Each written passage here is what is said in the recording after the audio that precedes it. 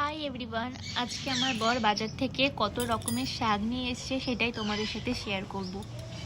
সবার ফার্স্টে দেখো, এটা হচ্ছে মেথি শাক নিয়ে এসছে। তারপর এটা হচ্ছে মূলো শাক নিয়ে এসছে।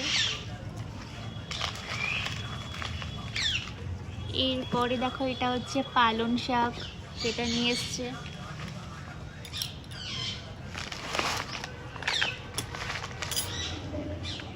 এটা হচ্ছে পেঁয়াজ কলি নিয়ে এসছে।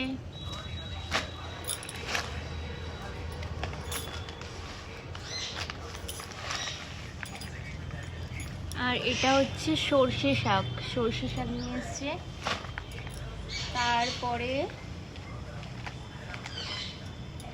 এতগুলো ধনে পাতা নিয়ে এসছে। এরপরে